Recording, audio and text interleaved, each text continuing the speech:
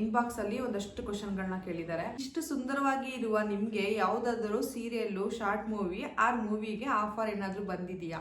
ನೀವು ರೀಲ್ಸ್ ಮಾಡ್ತಿರಲ್ಲ, ಅದಕ್ಕೆ ನಿಮ್ಮ ಫ್ಯಾಮಿಲಿ ಸಪೋರ್ಟ್ ಹೇಗಿದೆ? ಒಂದೇ ದಿನಕ್ಕೆ 1 ಮಿಲಿಯನ್ ಹೋಗ್ಬೇಕು, 10,000 ಫಾಲೋವರ್ಸ್ ಬರಬೇಕು, 15,000 ಫಾಲೋವರ್ಸ್ ಬರಬೇಕು, ಬರೀ ರೀಲ್ಸ್ ಮಾಡ್ಕೊಂಡು ಟೈಮ್ ಪಾಸ್ ಮಾಡ್ಕೊಂಡು ಅಂತೂ ನಾನಿಲ್ಲ. ನೋಡಕ್ ಮುದ್ದಾಗಿದ್ದಾರೆ, ಸ್ಮೈಲ್ ಮಾಡ್ಕೊಂಡು ವಿಡಿಯೋ ಮಾಡ್ತಾರೆ, ಇವ್ರಿಗೆ ನೋವೇ ಇಲ್ಲ ಅಂತ ಅಲ್ಲ, ಏನಿಲ್ಲ. ನಾನು ತುಂಬಾ ಸ್ಟ್ರಗಲ್ ಮಾಡಿದ್ದೀನಿ. ಸುಮ್ಮನೆ ಅವ್ರ ಮನೆ ಗಾಸಿಪ್ ಮಾಡ್ಕೊಂಡು ಟೈಮ್ ಪಾಸ್ ಮಾಡ್ಕೊಂಡು ನಂಗೆ ಆ ಥರ.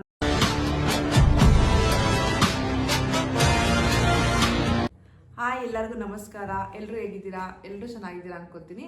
ನಾನು ನಿಮ್ಮ Renugowda. Welcome back to my channel. ಇವತ್ತು ಏನಕ್ಕಪ್ಪ ಮತ್ತೆ ವಿಡಿಯೋ ಮಾಡ್ತಾ ಇದ್ದೀನಿ ಅಂದರೆ, ಸಾಕಷ್ಟು ಜನ ನಿನ್ನೆ ಕ್ವಶನ್ ಆನ್ಸರ್ಗೆ ತುಂಬ ರೆಸ್ಪಾಂಡ್ ಮಾಡಿದ್ದಾರೆ.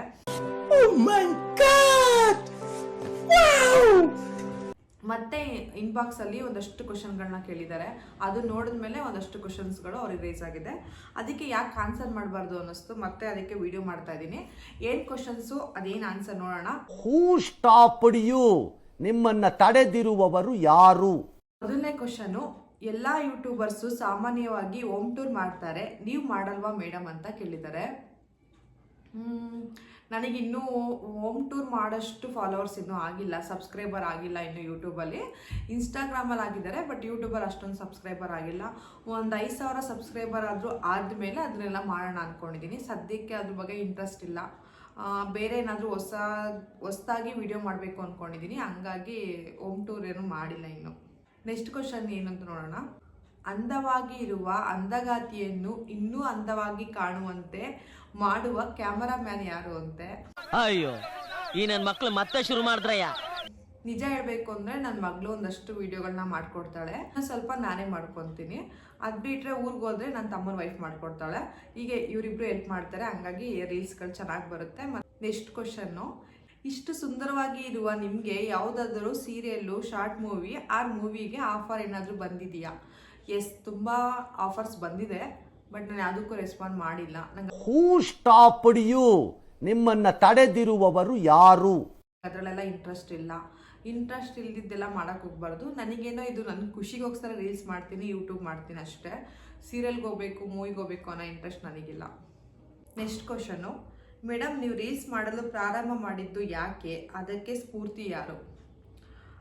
ರೀಲ್ಸ್ ಮಾಡಲು ಪ್ರಾರಂಭ ಮಾಡಿದ್ದು ನಾನು ನನ್ನ ಪರ್ಸ್ನಲ್ ಲೈಫಲ್ಲಿ ಸ್ವಲ್ಪ ಪ್ರಾಬ್ಲಮ್ಗಳಾಯಿತು. ಅದರಿಂದ ಆಚೆ ಬರೋಕ್ಕೋಸ್ಕರ ರೀಲ್ಸ್ ಮಾಡೋಕ್ಕೆ ನಾನು ಸ್ಟಾರ್ಟ್ ಮಾಡಿದ್ದು ಸ್ಟಾರ್ಟಿಂಗಲ್ಲಿ.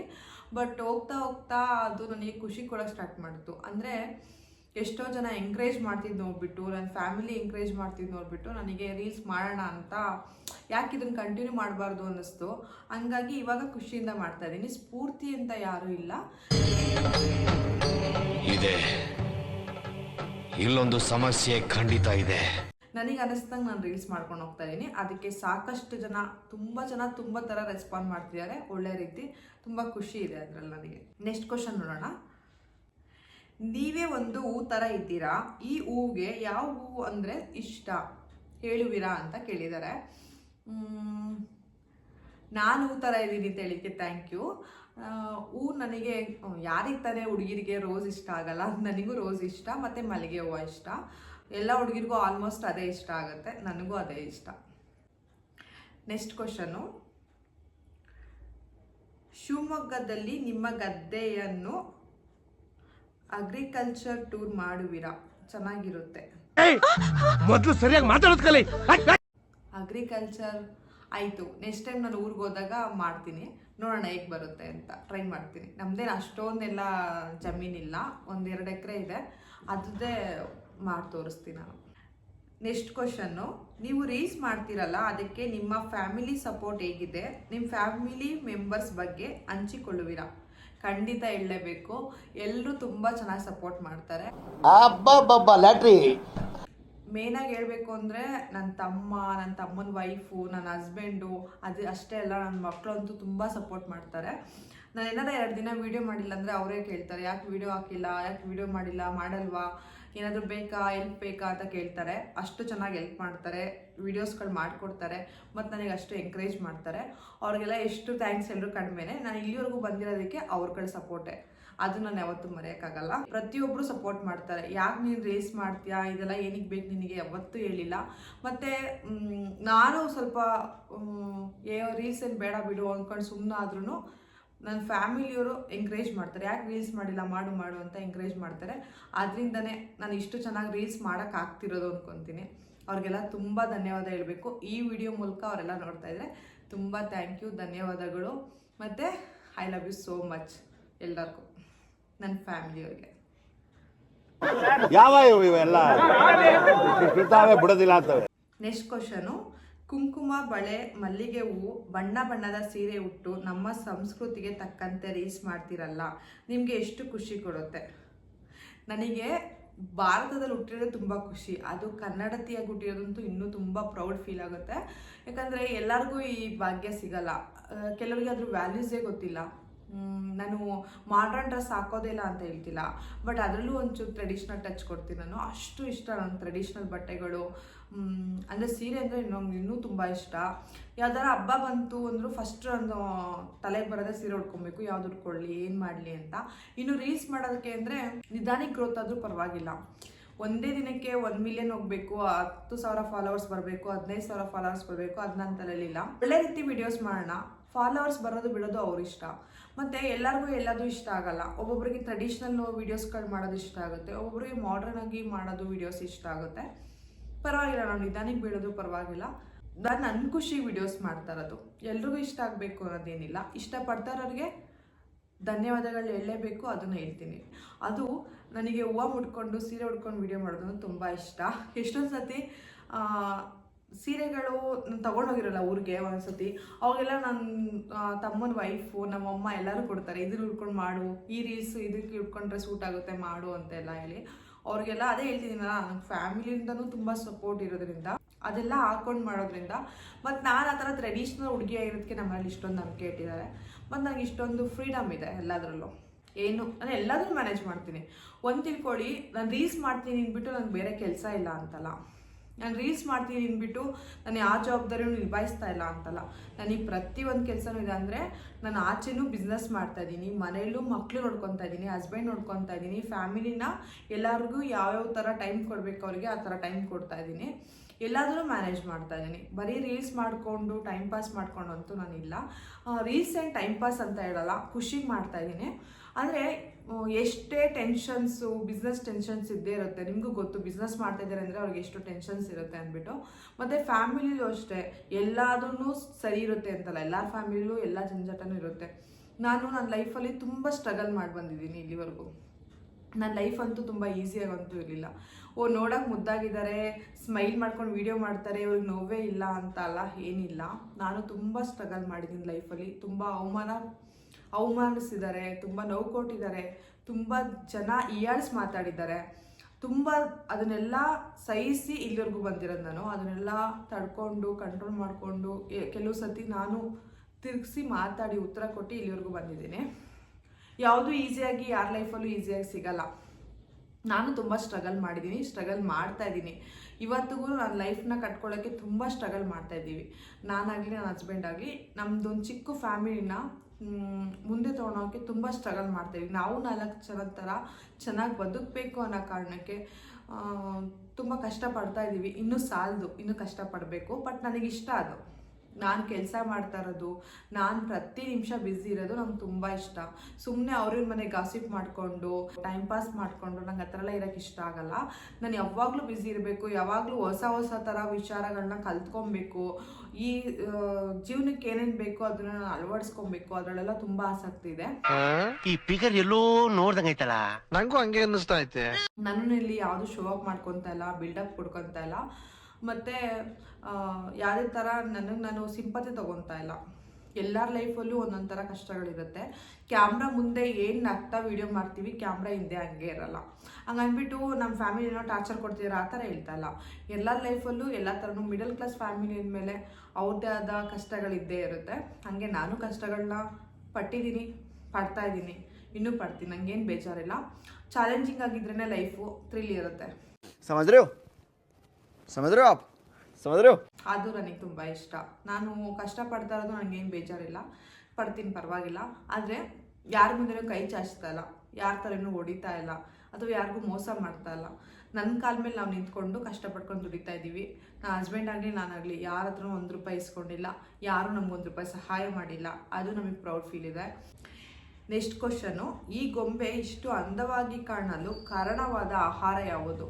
ನನಗೆ ಹೆಲ್ದಿ ಫುಡ್ ತಿನ್ನೋಕ್ಕೆ ತುಂಬ ಇಷ್ಟ. ಅಂದರೆ ನಾನು ಹಳ್ಳಿಯಲ್ಲಿ ಹುಟ್ಟಿ ಬೆಳೆದಿರೋದ್ರಿಂದ ಈ ಪಿಜ್ಜಾ, ಬರ್ಗರು, ಈ ಸ್ನ್ಯಾಕ್ಸ್ ಎಲ್ಲ ನನಗೆ ಇಷ್ಟ ಆಗಲ್ಲ. ಬೇಕ್ರಿ ಐಟಮ್ಸ್ ಎಲ್ಲ ಏನು ಇಷ್ಟ ಆಗಲ್ಲ.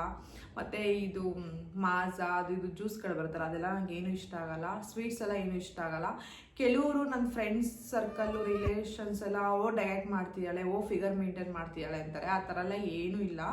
ನಂಗೆ ಅದು ಇಷ್ಟ ಆಗಲ್ಲ. ಮುಂಚೆಯಿಂದನೂ ಅದೆಲ್ಲ ತಿಂದು ಅಭ್ಯಾಸ ಇಲ್ಲ. ಈಗ ನಾವು ಬೆಳೆದು ಬಂದಿರೋದನ್ನ ಮರಿಬಾರ್ದು. ನನಗೆ ಅಮ್ಮ ಮನೆ ಇದ್ದಾಗಲೂ ಅಷ್ಟೇ, ನಾವು ತುಂಬ ಬಡತನದಲ್ಲಿ ಬೆಳೆದು ಬಂದಿದ್ದು ನಾವು. ಅಲ್ಲೂ ಅಷ್ಟೇ ನಮ್ಮ ಅಮ್ಮ ಅದನ್ನೆಲ್ಲ ಕೊಡಿಸಿ ತಿನ್ನಿಸಿ ನಮ್ಮನ್ನು ಬೆಳೆಸಿಲ್ಲ. ಇರೋದು ಹೇಳ್ಬೇಕು, ಅದೆಲ್ಲ ನಮ್ಗೆ ಯಾವುದು ತಿನ್ನಿಸಿ ಬೆಳೆಸಿಲ್ಲ. ಇವತ್ತಿಗೂ ಅಷ್ಟೇ ನಂಗೆ ಅದು ಯಾವುದು ಇಷ್ಟನೇ ಆಗಲ್ಲ. ನನಗೆ ಇವತ್ತು ತಿನ್ನೋಕೆ ಹೋದ್ರೂ ಅದು ಇಷ್ಟ ಆಗಲ್ಲ. ನಾವೇನು ಉಪ್ಸಾರು, ಮುದ್ದೆ, ನಾಟಿ ಕೋಳಿ ಸಾರು ಇದೆಲ್ಲ ಲೈಕ್ ಮಾಡ್ತಾ ಇದ್ವಿ. ಮತ್ತು ಅಲ್ಲಿ ಸೀಬೆಕಾಯಿ ಕಿತ್ಕೊಂಡು ತಿನ್ನೋದು, ಮತ್ತು ಮಾವಿನ ಹಣ್ಣು ಕಿತ್ಕೊಂಡು ತಿನ್ನೋದು, ಮತ್ತು ಹುಣಸೆಕಾಯಿ ಕಿತ್ಕೊಂಡು ತಿನ್ನೋದು, ಆ ಥರದಲ್ಲೇ ನಾವು ಖುಷಿ ಪಡ್ತಾ ಇದ್ವಿ. ನಮ್ಗೇನು ಕರ್ಕೊಂಡೋಗ್ಬಿಟ್ಟು ಧಾರವಾಡ ಪೇಡ ಅಂತೆ ಅಥವಾ ಮೈಸೂರು ಪಾಕ್ ಅಂತೆ ಆ ಥರ ನಮ್ಗೇನೂ ಕೊಡಿಸಿಲ್ಲ. ಅದು ನಮ್ಗೆ ಅದು ಗಂಧಗಳಿನೂ ಗೊತ್ತಿರಲಿಲ್ಲ. ಇದೆ, ಇಲ್ಲೊಂದು ಸಮಸ್ಯೆ ಖಂಡಿತ ಇದೆ. ಯಾಕಂದರೆ ಅಷ್ಟು ಬಡ್ತಾರ ನಮ್ಮಮ್ಮ ಸಾಕಿದ್ದು ತುಂಬ ಕಷ್ಟಪಟ್ಟು ಸಾಕಿದ್ದಾರೆ. ಸೊ ಅದೆಲ್ಲ ನಾವು ಯಾವತ್ತೂ ಕೇಳೂ ಇಲ್ಲ, ಅವ್ರು ಕೊಡಿಸೂ ಇಲ್ಲ. ನಮ್ಗೆ ಅದ್ರ ಬಗ್ಗೆ ಟೇಸ್ಟೇ ಗೊತ್ತಿಲ್ಲ.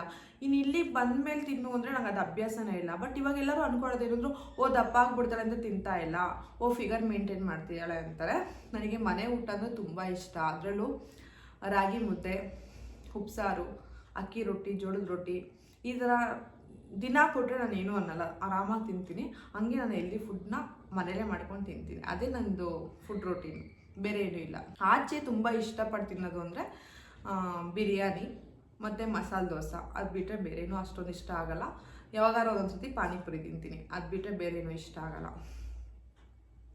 ನೀವು ಮಾಡುವ ಯೂಟ್ಯೂಬ್ ವಿಡಿಯೋ ಸ್ಕ್ರಿಪ್ಟೆಡ್ ಅಂತ ಕೇಳಿದ್ದಾರೆ. ಇಲ್ಲ, ಅದು ಯಾವುದು ಸ್ಕ್ರಿಪ್ಟೆಡ್ ಅಲ್ಲ. ಯಾಕಂದರೆ ನಮ್ಮ ಅಮ್ಮಂಗೆ ನಾವು ಯಾವಾಗಲೂ ಹಂಗೆ ರೇಗಿಸೋದು. ಈಗ ನನ್ನ ತಮ್ಮ ಆಗಲಿ, ನಮ್ಮ ಅಮ್ಮ ಆಗಲಿ, ನಾನಾಗಲಿ ಎಲ್ರಿಗೂ ಒಬ್ರಿಗೊಬ್ರು ಕಾಲು ಎಳ್ಕೊಂಡು ಮಜಾ ಮಾಡ್ಕೊಂಡಿರ್ತೀವಿ. ಬಟ್ ನಮ್ಮ ಮನೇಲಿ ನಿಜ ಹೇಳಬೇಕು ಅಂದರೆ ಆಫ್ ಸ್ಕ್ರೀನು ಜಾಸ್ತಿ ರೇಗಿಸ್ತಿರ್ತೀವಿ, ಜಾಸ್ತಿ ಕಾಲಿಳಿತಾ ಇರ್ತೀವಿ, ಮಜಾ ಮಾಡ್ತಿರ್ತೀವಿ, ಸಿಕ್ಕಾಪಟ್ಟೆ ನಗ್ತಿರ್ತೀವಿ. ಎಲ್ಲ ಜೊತೆ ಸೇರ್ಕೊಂಡ್ಬಿಟ್ರೆ ಟೈಮ್ ಹೋಗೋದೇ ಗೊತ್ತಾಗಲ್ಲ, ಅಷ್ಟು ಜಾಲಿ ಮಾಡ್ತಾ ಇರ್ತೀವಿ. ಆದರೆ ಕ್ಯಾಮ್ರಾ ಆನ್ ಮಾಡಿದ ತಕ್ಷಣ ನಮ್ಮ ಮನೇಲಿ ಸ್ವಲ್ಪ ನರ್ವಸ್ ಆಗ್ಬಿಡ್ತಾರೆ, ಸೈಲೆಂಟ್ ಆಗ್ಬಿಡ್ತಾರೆ. ಏನು ಮಾತಾಡಬೇಕು ಅನ್ಸಿದ್ದು ಮಾತಾಡೋದಿಲ್ಲ, ಎಲ್ಲ ಸೈಲೆಂಟ್ ಆಗ್ಬಿಡ್ತಾರೆ. ಅದೇ ಹೇಳ್ತಾ ಇರ್ತೀನಿ, ಆಫ್ ಸ್ಕ್ರೀನ್ ಎಷ್ಟೊಂದು ಬಾಯ್ ಬಿಡ್ಕೊತಾ ಇರ್ತೀರಾ, ಸ್ಕ್ರೀನ್ ಮೇಲೆ ಮಾತೇ ಆಡೋಲ್ಲ, ನಾವು ಹೆಂಗೆ ತೋರಿಸ್ಬೇಕು ವಿಡಿಯೋನ ಮತ್ತೆ ಅಂತ. ನಾನು ನಿಮಗೆ ತೋರಿಸಿರೋದು ಇದುವರೆಗೂ ಜಸ್ಟ್ 1%. ಬಟ್ ಸಿಕ್ಕಾಪಟ್ಟೆ ಎಂಟರ್ಟೈನ್ಮೆಂಟ್ ಮಾಡ್ತಾರೆ. ಅದು ಯಾವುದು ಸ್ಕ್ರಿಪ್ಟೆಡ್ ಅಲ್ಲ.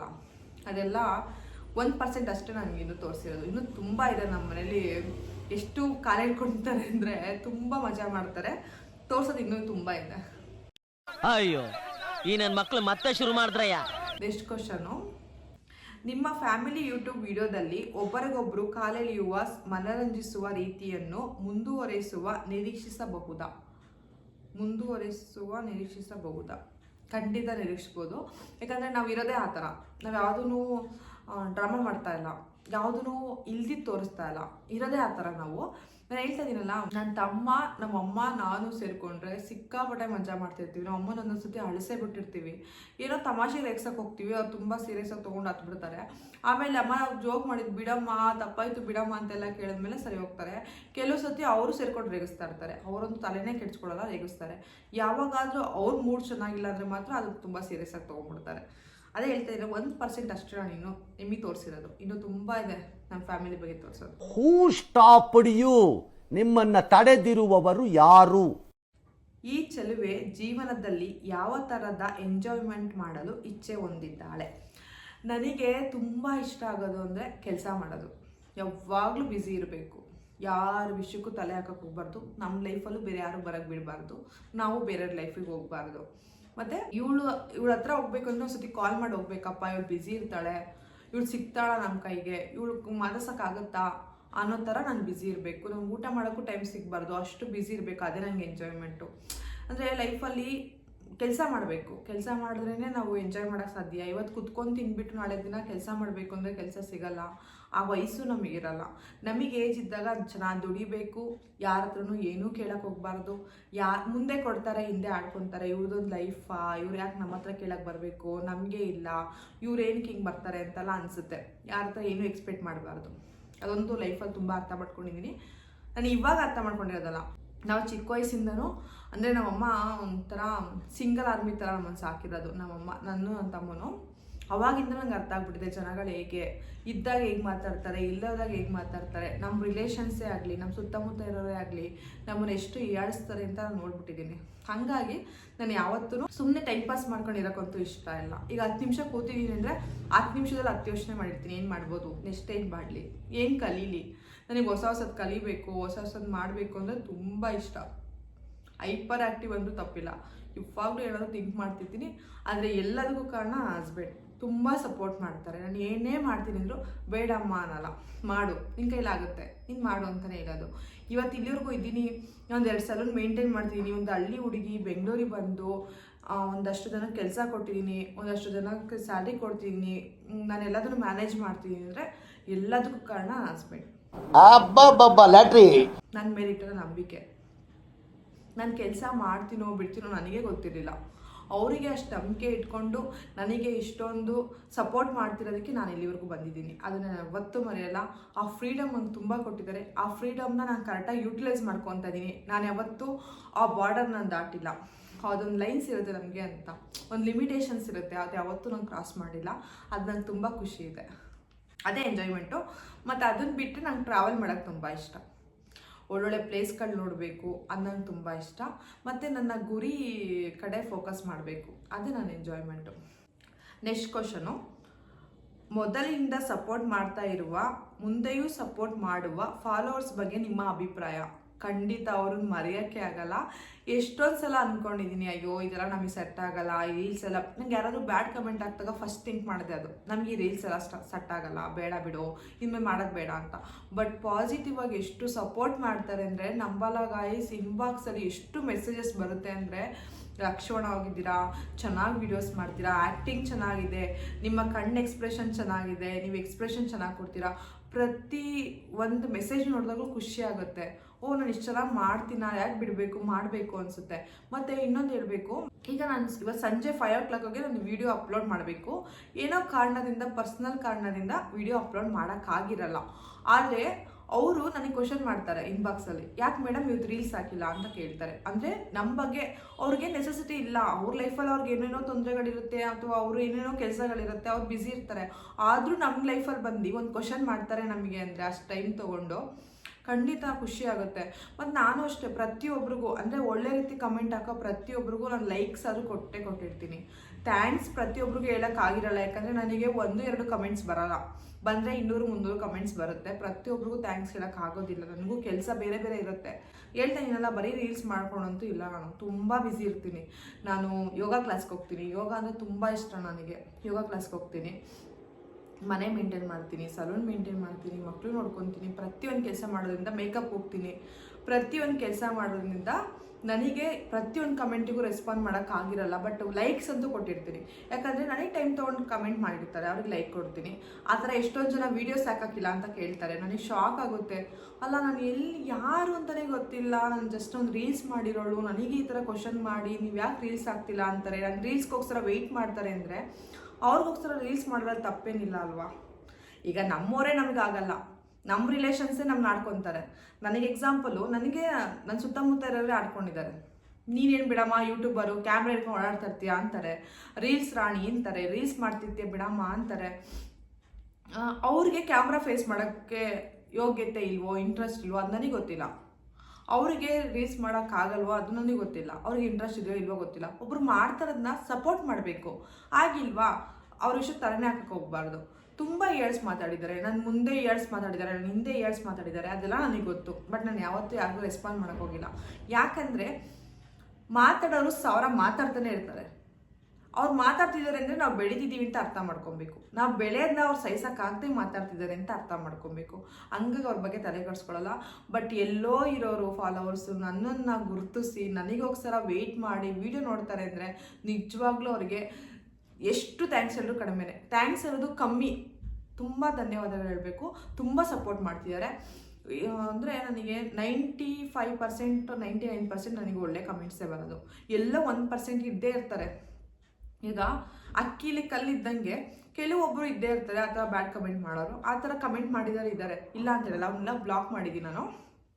ಆದರೆ ಸಾಕಷ್ಟು ನನಗೆ ಒಳ್ಳೆ ಕಮೆಂಟ್ ಮಾಡಿಕೊಂಡು ಫಸ್ಟು ಡೇ ಇಂದ ಇಲ್ಲಿವರೆಗೂ ಸಾಕಷ್ಟು ಜನ ಸಪೋರ್ಟ್ ಮಾಡ್ತಿದ್ದಾರೆ. ಅವ್ರಿಗೆ ಎಷ್ಟು ಥ್ಯಾಂಕ್ಸ್ ಎಲ್ಲರೂ ಕಮ್ಮಿ. ತುಂಬ ತುಂಬ ತುಂಬ ಥ್ಯಾಂಕ್ ಯು. ಹೀಗೆ ಸಪೋರ್ಟ್ ಮಾಡ್ತಾರ್ರಿ. ನಾನು ಇನ್ನೂ ಒಳ್ಳೆ ಥರ ವೀಡಿಯೋಸ್ ಮಾಡಿ ಇನ್ನೂ ಏನಾದರೂ ಒಳ್ಳೆ ಒಳ್ಳೆ ವಿಷಯಗಳನ್ನ ಹೇಳೋಕ್ಕೆ ಪ್ರಯತ್ನ ಮಾಡ್ತೀನಿ. ಆಮೇಲೆ ಯೂಟ್ಯೂಬಲ್ಲೂ ಅಷ್ಟೇ, ಅಲ್ಲೇ ಸಪೋರ್ಟ್ ಮಾಡ್ತಿದ್ರೆ ಇಲ್ಲೂ ಹಾಗೆ ಸಪೋರ್ಟ್ ಮಾಡಿದ್ರೆ ಖಂಡಿತ ನಾನು ಇಲ್ಲೂ ಏನಾದರೂ ಹೊಸ ಥರ ವೀಡಿಯೋ ಮಾಡೋಕ್ಕೆ ಪ್ರಯತ್ನ ಮಾಡ್ತೀನಿ. ನನಗೂ ವೀಡಿಯೋ ಮಾಡೋಕ್ಕೆ ಇನ್ನೂ ಅಷ್ಟೊಂದು ಐಡಿಯಾಸ್ ಇಲ್ಲ. ನಾನು ಇವಾಗ ಪ್ರಯತ್ನ ಮಾಡ್ತಾ ಇರೋದ್ರಿಂದ ಇನ್ನೂ ಒಳ್ಳೆ ವೀಡಿಯೋಸ್ಗಳು ಮಾಡೋಕ್ಕೆ ಪ್ರಯತ್ನ ಮಾಡ್ತೀನಿ. ಮತ್ತು ಇನ್ನೊಂದು ಕ್ವಶನ್ನು, ಲಾಸ್ಟ್ ಕ್ವಶನ್ ಇದು. ಇನ್ಸ್ಟಾದಲ್ಲಿ 20K 50K ಆದರೂ ಸಾಕು, ಲೈವ್ ಬರ್ತಾರೆ, ನೀವ್ಯಾಕೆ 65K ಆದರೂ ಲೈವ್ ಬಂದಿಲ್ಲ? ಇದು ಯಾರೋ ಕೇಳಿದ್ದಾರೆ.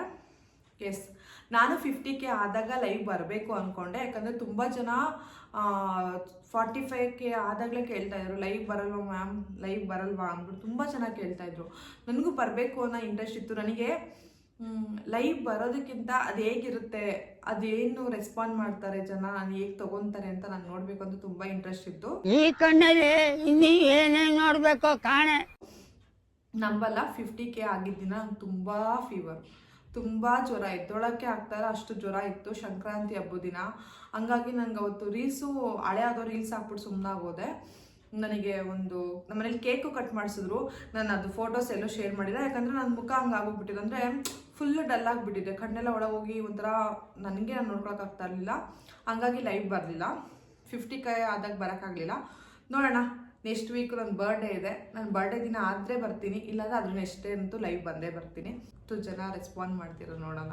ಈ ಕಣ್ಣಲ್ಲಿ ಇನ್ನೀ ಏನೇನು ನೋಡಬೇಕು ಕಾಣೆ. ನೋಡೋಣ, ಅಲ್ಲಿ ಮಾತಾಡೋಣ. ಇನ್ನೂ ಏನಾದರೂ ಅಲ್ಲಿ ಕೇಳಬೇಕು ಅನ್ಸಿದ್ರೆ ಕೇಳಿ ಆನ್ಸರ್ ಮಾಡ್ತೀನಿ.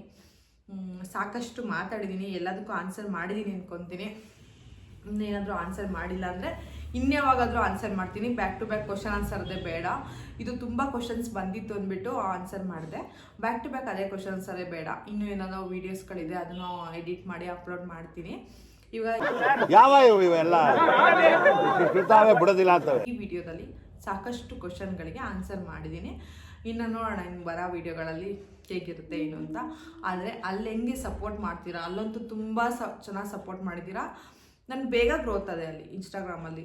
ಇಲ್ಲೂ ನೋಡೋಣ, ಇಲ್ಲೂ ಬೇಗ ಗ್ರೋತ್ ಆಗಬೇಕು ಅಂದ್ಕೋತೀನಿ. ನಾನು ಇಲ್ಲಿ ಸಬ್ಸ್ಕ್ರೈಬರ್ ಜಾಸ್ತಿ ಆಗೋರ್ಗು ನಾನು ಯಾವ ಥರನೂ ಹೊಸ ಥರ ವೀಡಿಯೋಸ್ಗಳು ಮಾಡೋಕ್ಕಾಗಲ್ಲ. ಯಾಕಂದರೆ ನನಗೂ ಎನ್ಕರೇಜ್ಮೆಂಟ್ ಬೇಕಲ್ವಾ. ನಾನು 2 ಅವರ್ 3 ಅವರ್ ಕುತ್ಕೊಂಡು ಎಡಿಟ್ ಮಾಡ್ತೀನಿ, ದಿನಗಟ್ಟಲೆ ವೀಡಿಯೋಸ್ಗಳು ಮಾಡ್ತೀನಿ. ಅದಕ್ಕೆ ನಂಗೆ ರೆಸ್ಪಾನ್ಸೇ ಕರೆಕ್ಟಾಗಿ ಬಂದಿಲ್ಲ ಅಂದರೆ ನಾನು ಮತ್ತೆ ನೆಕ್ಸ್ಟ್ ವೀಡಿಯೋ ಮಾಡೋಕ್ಕಾದ್ರೂ ಹೇಗೆ ಸಾಧ್ಯ? ಹೊಸ ಥರ ಕಂಟೆಂಟ್ ಹುಡ್ಕೋದಾದ್ರೂ ಹೇಗೆ ಸಾಧ್ಯ? ಫಸ್ಟು ಸಬ್ಸ್ಕ್ರೈಬರ್ಗಳಾಗಬೇಕಲ್ವಾ, ಆವಾಗಲೇ ಕಂಟೆಂಟ್ ಹುಡ್ಕೋಕ್ಕಾಗೋದು. ಅದಕ್ಕೆ ಹೇಳ್ತಿದ್ದೀನಿ, ಪ್ಲೀಸ್ ಮೈ ಯೂಟ್ಯೂಬ್ ಚಾನಲ್ನ ಸಬ್ಸ್ಕ್ರೈಬ್ ಮಾಡಿಕೊಂಡು ಸಪೋರ್ಟ್ ಮಾಡಿ. Thank you so much.